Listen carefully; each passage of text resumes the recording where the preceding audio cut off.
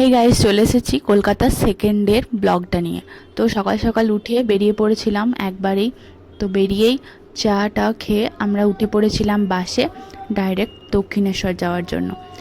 তো মামা সেদিন বাড়ি চলে আসবে, তো আমরা দক্ষিণেশ্বরটা মামার দেখার ইচ্ছে ছিল, তো সেদিন আমরা দক্ষিণেশ্বরটা ভিজিট করেছিলাম। তো আমরা প্রায় চলেই এসেছিলাম, এই যে গেটটা একদম সামনেই দেখা যাচ্ছে। এরপরে আমরা চলে আসি ভেতরের দিকে। এই যে তিনজন ঝাপাতে ঝাপাতে যাচ্ছে। কলকাতা আমি এর আগে এসেছি, কিন্তু দক্ষিণেশ্বরটা আমার ফার্স্ট টাইম ছিল। এই যে পুজোর জিনিস কেনা হয়ে গেছে। তো এরপরে আর কোনো কিছু ক্লিপ নিতে পারিনি, কারণ ফোন অ্যালাউ ছিল না। পুজো দেওয়ার জন্য সকাল থেকে কিছু না খেয়েছিলাম, তো ঢুকে পড়েছি একটা রেস্টুরেন্টে, আর প্রচুর খিদে পেয়েছিল। এমন কিছু ছিল না যে আমরা অর্ডার করিনি, সব কিছুই খেয়েছিলাম। তারপর আমরা ভিজিট করেছিলাম ইন্ডিয়ান মিউজিয়াম। ওইখানে সামনের মার্কেটটাতেই আমি আর দিদিভাই অনেকগুলো শপিং করে নিয়েছিলাম। এই যে ক্যারি ব্যাগগুলো দেখেই বুঝতে পারছো তোমরা। তারপর এই যে মনও ঘুমিয়ে পড়েছে সারাদিনের ক্লান্তিতে, তো জিজুর কোলে যাচ্ছে ও। তো বেলগুড়িয়া থেকে আমরা করে নিয়েছিলাম অটো।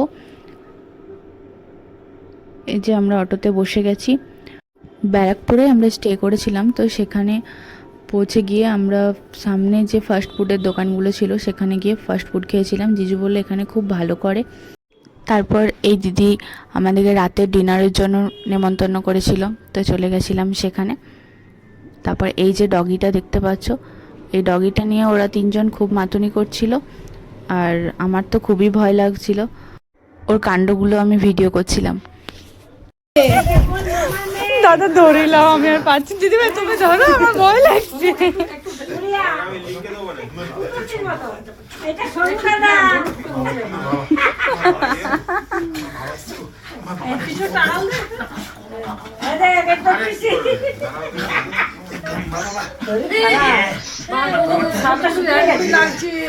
শীতে করে পেতে মরণ দশা কেটে দিবি।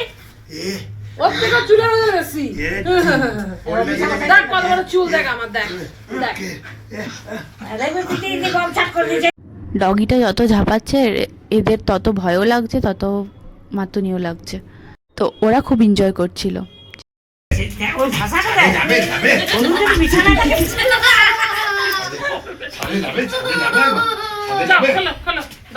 তো আজকের ব্লগটা এখানেই শেষ করছি। তো আজকের মতো টাটা।